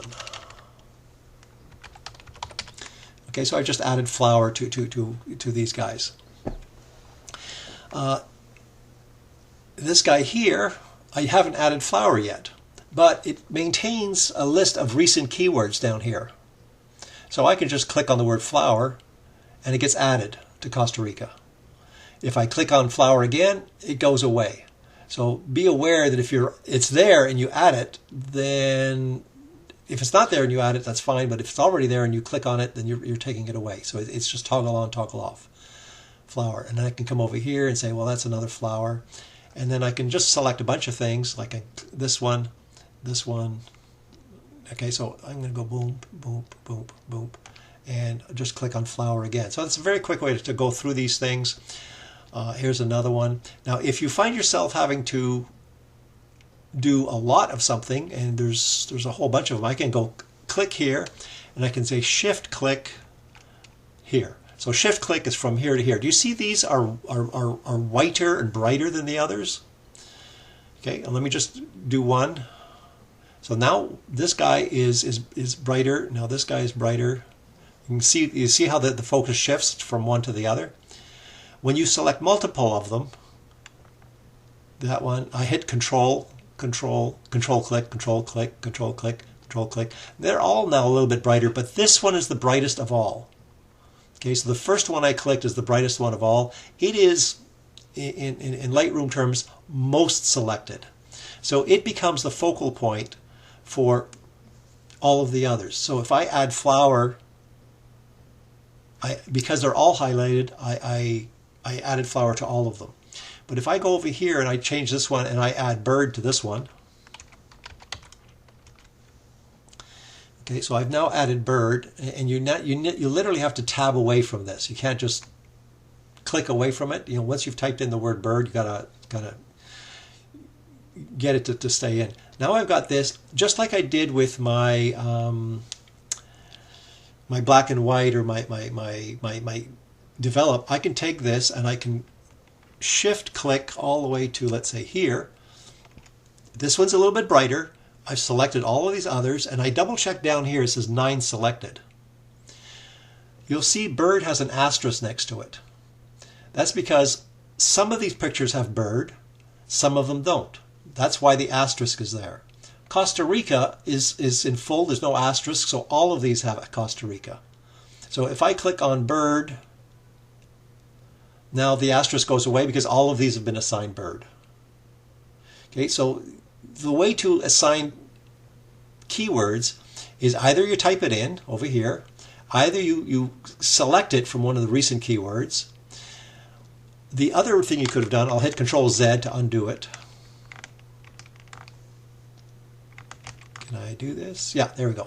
Okay, so now I've got the star next to bird. So if I click on this one, I see bird. If I click on this one, I just see Costa Rica without bird. This one's Costa Rica without bird. Okay, this one's Costa Rica without bird. So I'm going to go here, and I'm going to Shift click over here. I can say sync, and when I say sync, it says, what do you want to sync? You're going to take this picture, which is the most selected, and you're going to copy it to all of these other 9. And I can select, I can shift a bunch of stuff. Right now, keyword bird, it's ticked, so keyword bird and Costa Rica will be propagated. But I can propagate all this other stuff as well. I could propagate the star setting, the label, the caption. I could give all of these the same description. You know, as I go through here, so I could give all of these. I don't know what this. I'll just call it yellow bird. I'm not a naturalist. I can't tell you what species that is. but I've just given this thing yellow bird, and I'll just say sync. And now, not only has it got bird over here, but in the description, I've got yellow bird down over here. Okay, so the rating and the label, it now has yellow bird, and they're all a 4-star. So there's a couple of different ways of attacking these things. So when you're going through, I would typically go through and find all the flowers and then all the birds, because yes, they're all Costa Rica, but if I want to start identifying other things like butterflies and monkeys and so on and so forth, instead of saying monkey for this one and then typing in flower for that one and then typing in beach for that one and then monkey for that one, I'd rather just go through them and do them in groups. So I'll go through and I can either hit that monkey and scroll and hit control click for that one and control click for that one, another one there and another bird, and there's another monkey and a monkey and a monkey and a monkey and a monkey, and I can just come over here and I can say monkey, okay, and hit the tab key, and now all of those have. If I include this spider, for instance, I'll just say control click. You'll see that all of these photos have Costa Rica, some of them have monkey, and none of them have spider. Right? I'm just going to click this one over here, and I'm just going to give this guy a spider.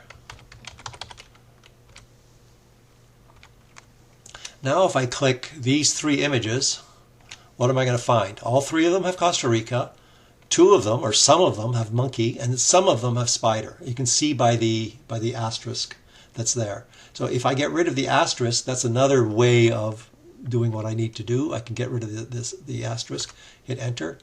And now what I've done is I've actually added monkey to this guy because I took away the asterisk, so all of them contain that. So I can get rid of the monkey. I can just click on that, and now this one just says spider.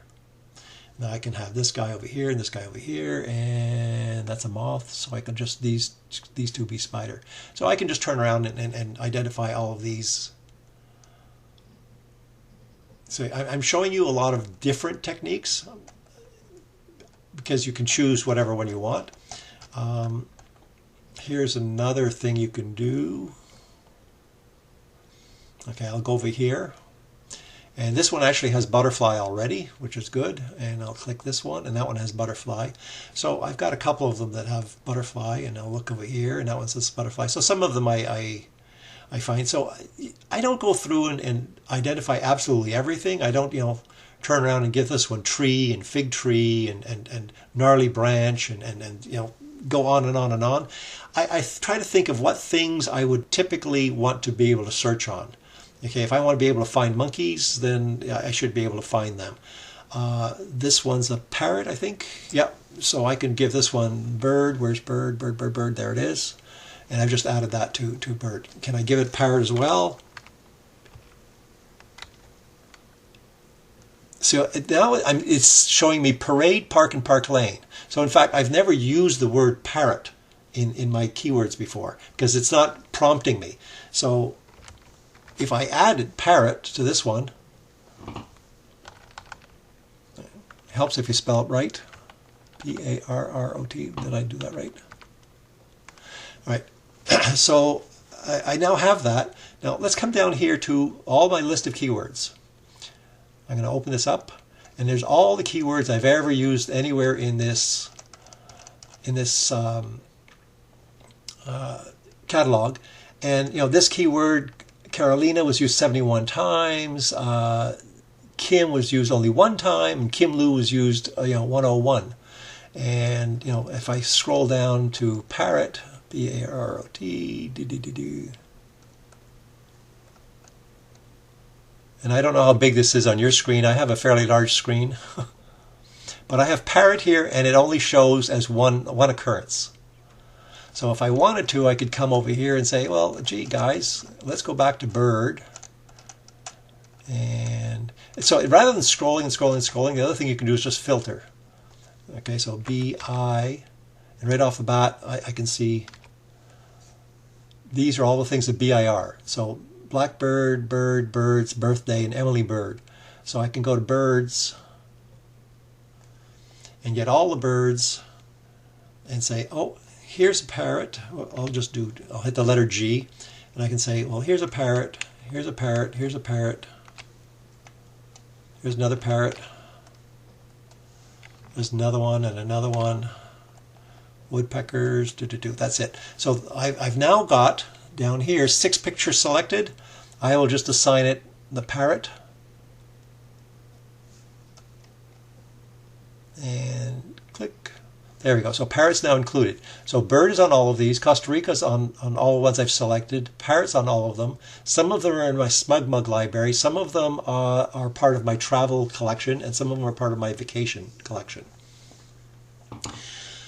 Whenever you want to find something, you can navigate them, like I did by looking for keywords. You can jump around by folder. There's so many different ways to navigate. Once you start to understand how to move from one place to another, it becomes very easy to kind of just start assigning keywords and looking for things and oh gosh, I got vulture here. Do I need to assign vulture as a keyword? And there's a parrot, and he's a parrot. Okay, so these guys are all parrots. So I've assigned some stuff. What's this guy? So I've got a bird here, but it doesn't have cardinal. So cardinal is actually already there. So I'll hit enter. So cardinal was already there, which is interesting because I said earlier, bring up all my birds, and this guy didn't have cardinal, but there was cardinal somewhere else. So let me just go over here and say cardinal. And oh, it says there's 2 cardinals. So here's this one. And yeah, it's got bird and cardinal. So obviously it was further down in my scrolling, but they were both there. So you can do more sophisticated things with keywords, like you can make keywords nested, so you can have a keyword called bird, and subordinate to bird have parrot and blue jay and cardinal and the chickadee and so on and so forth, so that whenever you assign chickadee, you're automatically including bird because they're in a hierarchy.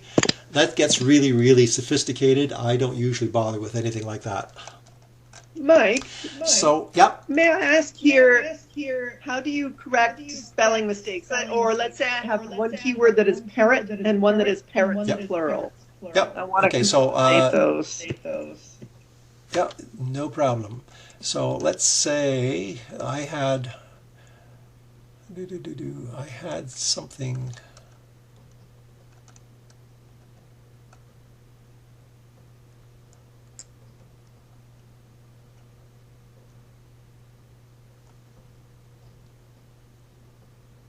Jen Vollmer. Oh, that's Jean. Okay. Sometimes I find I put somebody in. Okay, here's an example. I've got Kate Snegg, and Kate Snegg, I got her twice. Let's not. Kitty Cami. Okay, so this is the same model. Kitty Katiminivivi and Kitty Cami are really the same model. So if I click on her and I go over here, I've got her under a specific name. So I can take these and I will click on one of them and hit Control A. So I want to select all of them. And I want to give her not just the Kitty Cami name, but the Kitty Katimivi name. So I'm going to come up here. Yep. And again, there's multiple ways of doing this. I'm just doing it consistently, comma, K-I-T-T. And now there's the longer version. I'll click on that and hit it. So now all of these pictures have the short kitty and the long kitty. I'm going to go back over here and I'm going to say kitty. Oops, K-I-T-T-Y. All right, so now I have the short version on 65 and I have the long name on 408. Before it was 408 minus 65, but it's in both places. I can now remove the short version on all my photos. And then this one is my full one, and then this one I can delete. All right, so now I can just keep this one, and it contains all of the references to that one model. Now, she's got a long, funny name. What if I got it wrong? Well, I can just say edit, and I could come in here and I could just say kitty blah blah blah WRONG or something. I can just change it. I'll copy it so I don't lose it. But I'll just say Kitty long name. I'll say save. And now everywhere I look, if I look at her, you see up here it says car, Kitty long name, and meetup. So those are the keywords for this particular one. So I've corrected her name by going in and just saying edit, right click, edit keyword, and I just go ahead and I change it to something that I really want. So if you have it spelt wrong, just edit the keyword, and she's a person. Whoops, come on, and hit save. So she's now in a whole bunch of locations. Now I changed it in only one. I changed it in only one spot. I'm going to right click all of them. I want Kitty long name and get rid of that one. Right, so Kitty long name has 0 references, and Kitty with the long name is 416 references. So the bottom line is you can just update it at any point in time. Let's go to parrot.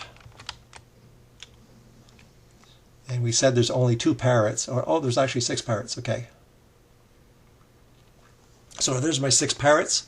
I could do a couple of things. I could come in here and just change it. If I change this to, I'll just change it to PARRO as a for instance.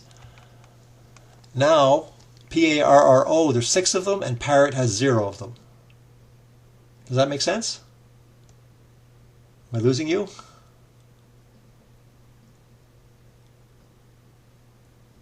The keyword is now paro, and parrot is not being used. If I come in here and I highlight all of these, it's important that I highlight all of them because I don't want to change it in only 50% of instances. I have to come in here and I have to get rid of parrot, P-A-R-R-O-T, and hit enter. And now I've got 6 parrots and 0 paros.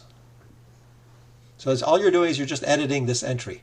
Well, this model here, I've got her twice, once with an underscore and once with a no space. So I got to decide which one I like. So I'm going to go to these guys. I'm going to select all 140 of these. So now I've got 144 of Rhiannon Perry, and I'm going to add the Rhiannon Perry with the underscore. So I'm actually going to come over here and just click this. Now I've got all of these photos that I'm looking at have both Rhiannon Perry and Rhiannon underscore Perry. So because I've got them duplicated, and if you look at the top, you'll see, whoops, you'll see up here, you'll see the word Meredith, portfolio, Rhiannon, and Rhiannon. And Rhiannon appears twice. I'll get rid of the one I don't want. Whoops, I clicked both of them. Come on.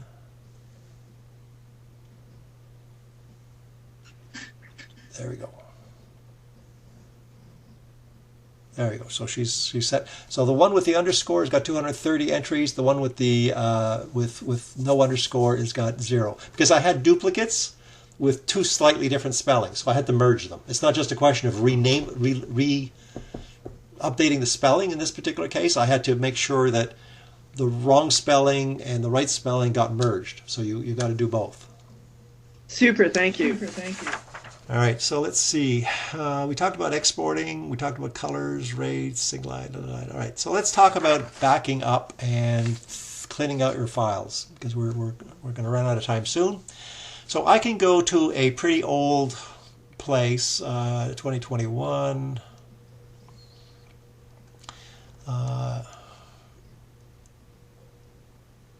Let's find something.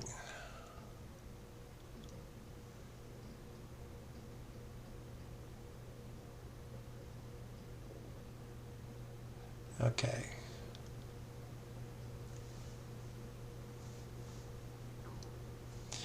So here's a shoot I did.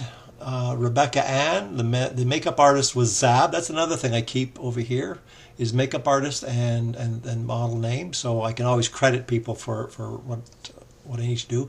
I'm going to go over here to metadata, and I'm going to see what this shoot consists of. And you can look at all kinds of things, right? I mean, you can say, you know, show me all the photos that were taken with my Nikon with a 70 to 80 lens. Show me all the pictures I took at f/16. Show me all the pictures I took with, ISO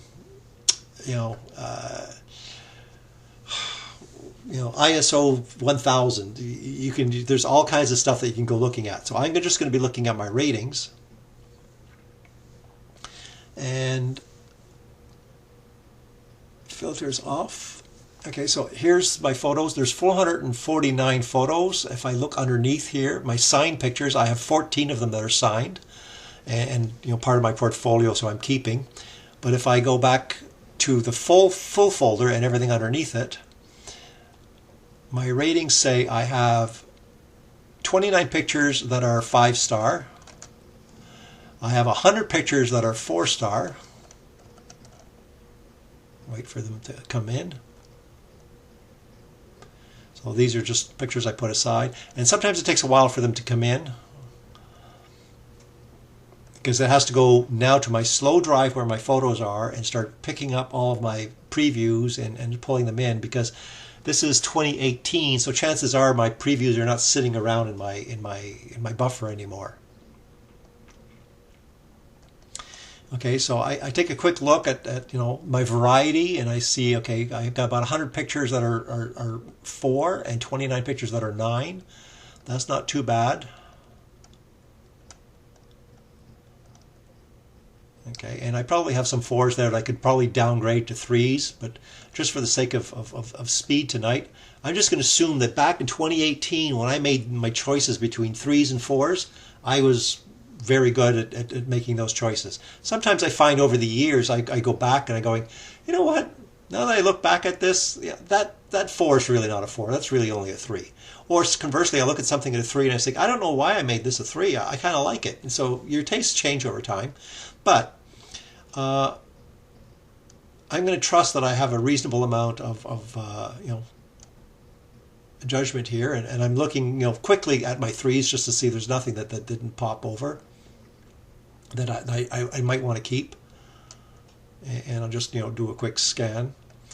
I might do some other quick tests, like I may turn around and say, show me all pictures which are, okay, right now I see some raw pictures, I see some PSD, and I see some JPEGs. Let's just look at PSD. And all my PSDs are 5-star, so that's okay, that's not bad. I look at my JPEGs, all my JPEGs happen to be 5-star, and several of them are blue label, and a few of them have no label at all. I'm not sure why those don't have a blue label. I probably should make those both blue.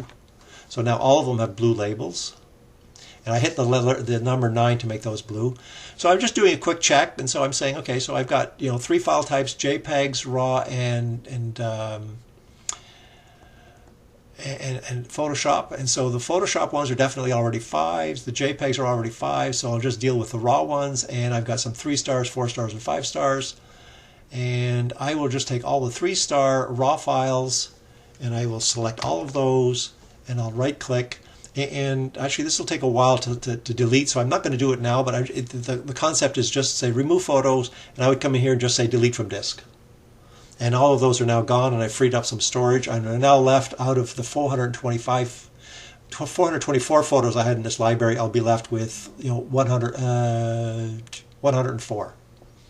Okay, because the 4-star and 5-star will go. The 4-star and 5-star will be kept. Eventually, what I also end up doing is I end up removing the 4-star. I'll go back here. I end up removing the 4-star from my library as well, because I've got my 5-star, which is probably the ones I really want. Okay, so these are, whoops, come on, I've got these 5-star, which is the ones I probably really need. I probably don't need the 4-star. So if I go all the way back to 2012, for instance, cancel. If I go back to 2012, let's see if I can find a good one. WE Pascal addresses. Okay, so I've got 16 photos that are 5-star. But if I look at this picture and I were to go to Explore, and I've got a whole bunch of pictures in here. It looks like about 58 of them. Okay, but they're not in my catalog anymore. If I need them, I can right-click and say Synchronize Folder, and it says I'm going to go get 48 new pictures which are not in my catalog. So I can remove them from the catalog without getting rid of the actual pictures, just to make my catalog a little bit more streamlined and so on. So these are little tricks that you use. This is really kind of getting into the high realm. Most people don't really want to do anything like that. So what you really want to do is just keep your catalog as tight as you can. If you run into millions of photos and you find it's going too slow, then you can come up with some other tricks. But for right now, I would say just keep everything in your catalog. So the next thing I'll say is, how do you make sure all this is backed up regularly? Because if you lose anything, if you lose your catalog, you're going to lose all your edits, all of the things that are done. This photo, if I look at one of these, if I look at this photo, I don't know if that's a good one or not, but I will go to Develop Module, and if I hit Reset, not a whole lot's changed. But I mean, for sometimes if I do a lot of fancy editing on an image, anything that I've done is gone, like all the cloning and the color balancing and so on and so forth. So you want to make sure that you don't lose that. Let me find a good example. I don't want to do Photoshop. Okay, I know where I'll go. I'll go to my training library.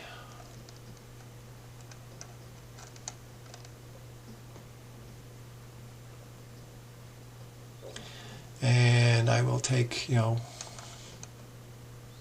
photo like this one.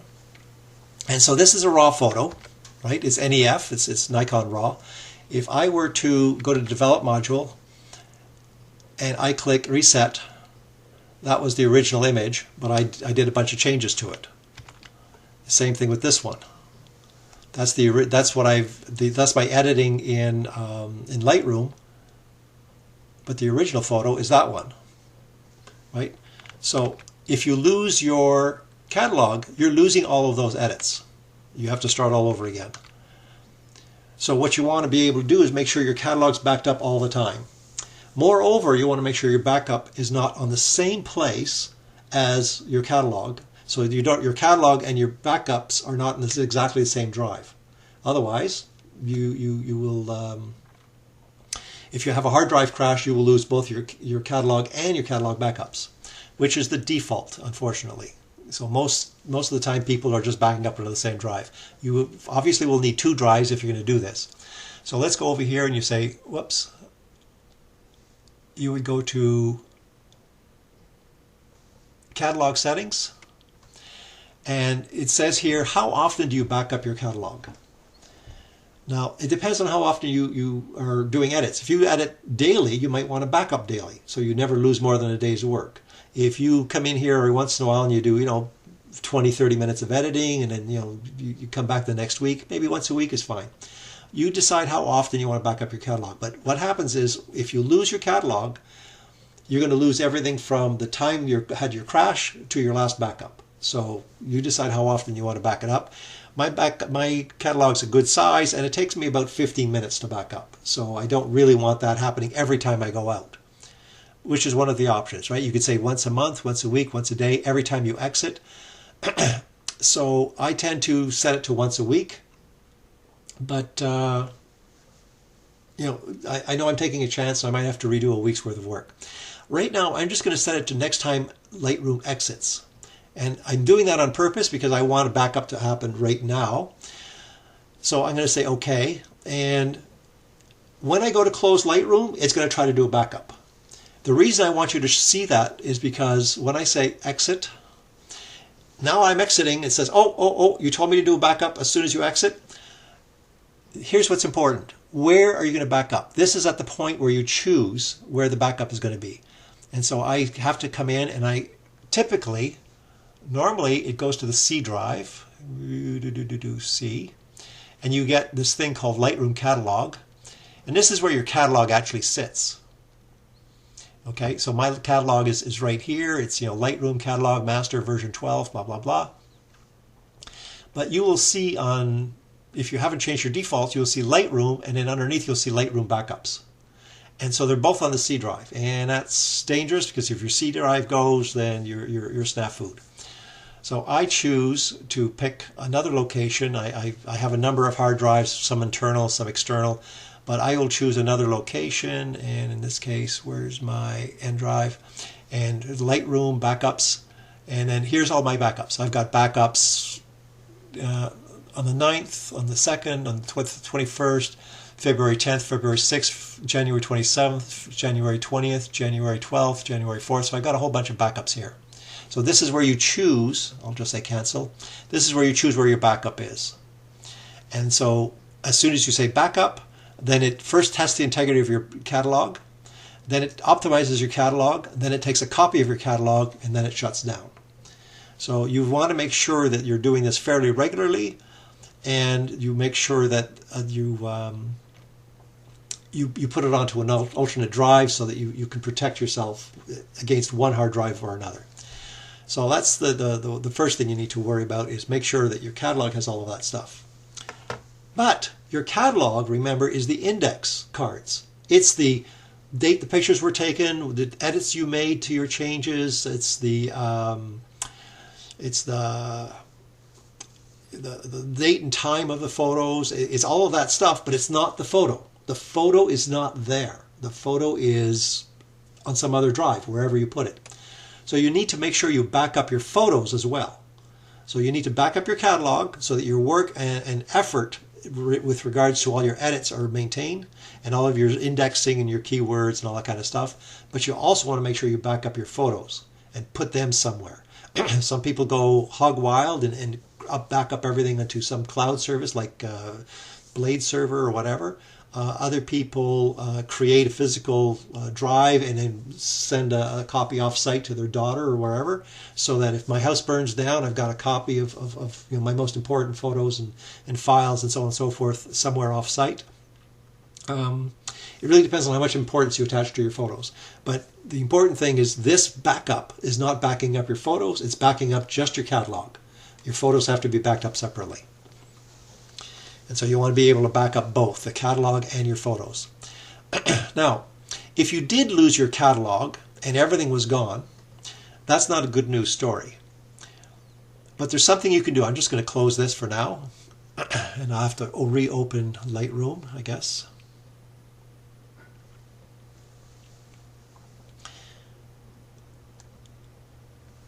I'll wait for that to happen. All the changes that are being written to the catalog, it'd be nice if they were somewhere other than your catalog, because it'd be nice if they could be preserved and made available to other programs. So Adobe has something called sidecars, and a sidecar is something that gets written right next to your file. So you have your raw file, RAW for Canon, or NEF for Nikon, and I think there's another Nikon, there's another Canon one, AWR or something like that. Anyways, these raw files only contain your photo, but there's an XMP sidecar. So it'd be your photo name.raw and your photo name.xmp. And I'll just bring one of those up while I'm waiting. I don't know where Lightroom is. Hopefully it's coming up soon. There it is. But if I go to my digital images, come on, and 2021, and here's my raw file, here's my XMP file, my raw file, my XMP file, my raw file, my XMP file. That XMP file, I'm going to take one of them and I'm just going to change it to a TXT, just so you can read it. And you'll see what's in there. A little bit more. So you'll see that my what? Another 10 minutes. So you can see my exposure was set by 133, my highlight settings, my shadows, my luminance, my noise reduction, all of these things were done. I can see, for instance, my white balance was set. So there's a whole bunch of material that's done. And I adjusted my hue and saturation, and I did this. All the history that is in my file is also stored in these sidecar files. So these are kind of interesting and useful, and I'll just change it back.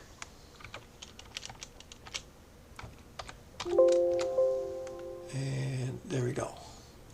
So when I get into Lightroom, I can come over here and say edit, edit, preferences, and under external editing, general, do file handling, where is that interface?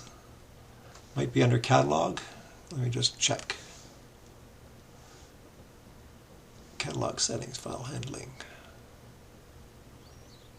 Metadata, here it is. So my metadata, if you turn this thing on called automatically write changes to XMP, it'll slow down Lightroom, because every time it's writing something to your Lightroom directory and catalog, there's also a version of it that's going into your XMP file. If you ever lost your catalog, but you still had your photos and the XMP files next to them, when you go to import these things into Lightroom, Lightroom will go, oh, here's a photo. Oh, and here's a sidecar that seems to go with it.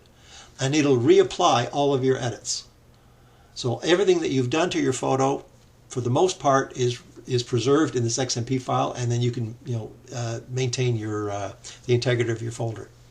So that's a very handy feature to turn on if you're paranoid about losing things, if you're worried about losing a backup. So that's one I keep on. I know it slows me down, but it's that extra little protection that I have next to all my photos. Quick question. So, sorry, Mike. Yep. Is that can we backdate that, or is that retroactive? Like, if I already have a catalog with a bunch of imported pictures, if I go toggle that setting on, will it change anything, or is it only onto what I add from there on in? Yeah. So my understanding is it will start creating them and back all of them up.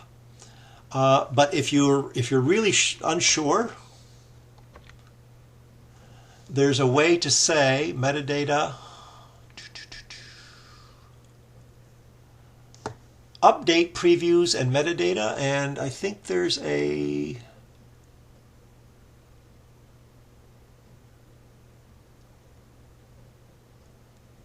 save metadata to files right here. This would force all of your backdated files, as you call them, to create your XMP files.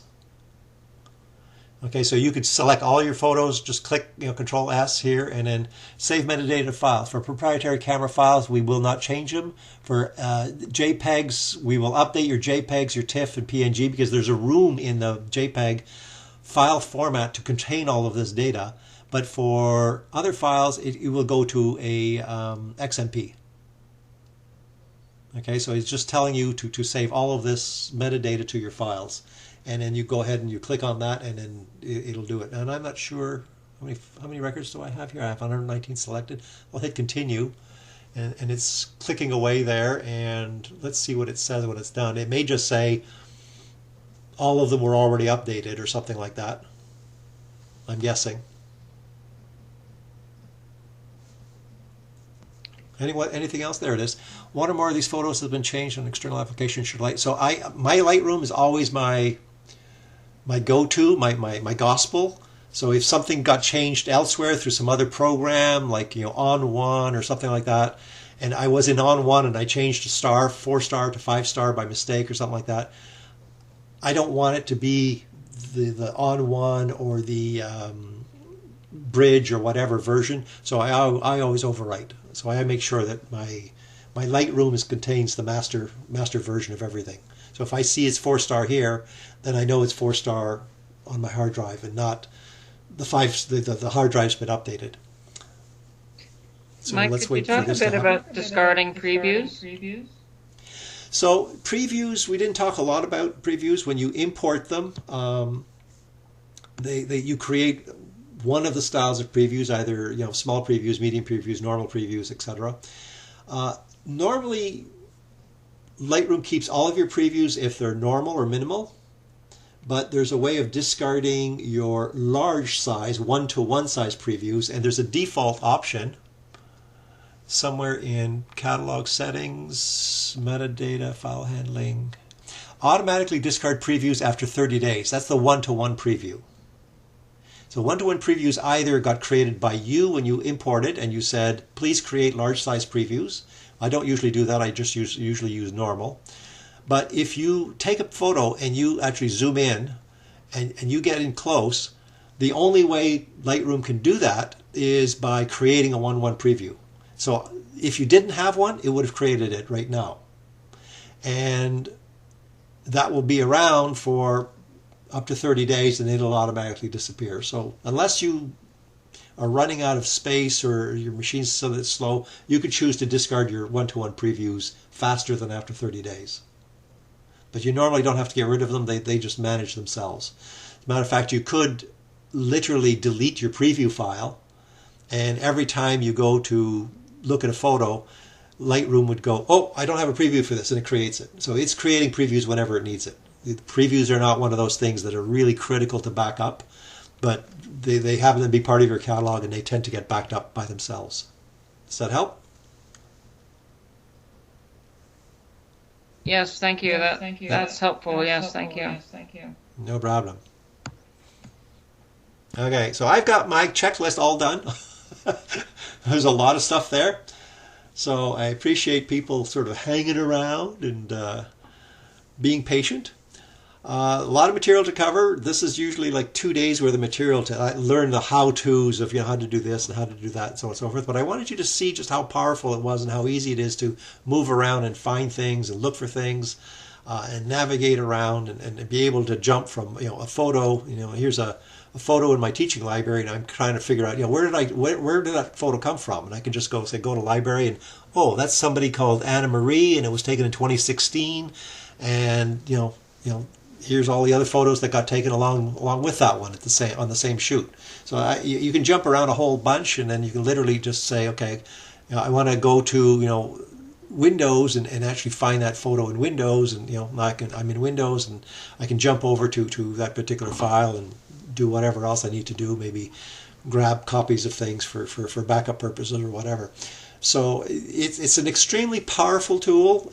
It does take a while to be able to learn all of its idiosyncrasies, but once you master it, you will have tamed your photo library to a much higher degree than many people have. Many people have got this huge mess, and they can't find photos, and they got duplicates of photos, and they got copies of things all over the place, and they can't keep track of what's where. And I've got all of my photos, organized so that I can immediately see, there's my JPEG and there's my PSD and there's another JPEG and there's my RAW and all of the photos that I need are together, and I can jump back and forth between the signed versions and the unsigned versions. And if there's photos that I've used for a specific purpose, let's say I create an annual video, for instance, that says,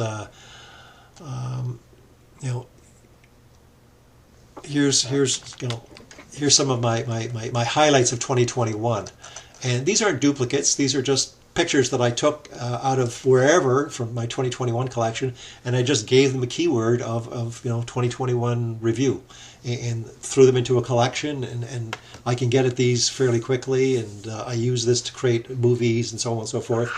I have collections for each of my vacations because I create a travel log or a travel book with all my photos. So all the ones, you take 4,000 pictures in Peru and you condense those to maybe 100, 150 and put those into a book. So, things are organized and I can find things. And it's not unusual for somebody to call me up and say, I had a hard drive crash, Mike, and remember the wedding you did back in 2019? Is there any way you can get those photos for me? And it's usually within 15 minutes I can find something. So I'll sign off here. Thanks again to everybody for their patience, and Thank you. Yep. Thank you. If somebody's got a little question, then send off a little email. Thank you very much, Eileen, I should say. And Thank you, Mike. We'll see you at another meetup soon. Okay, Mike. Thanks for that. Okay. You're welcome.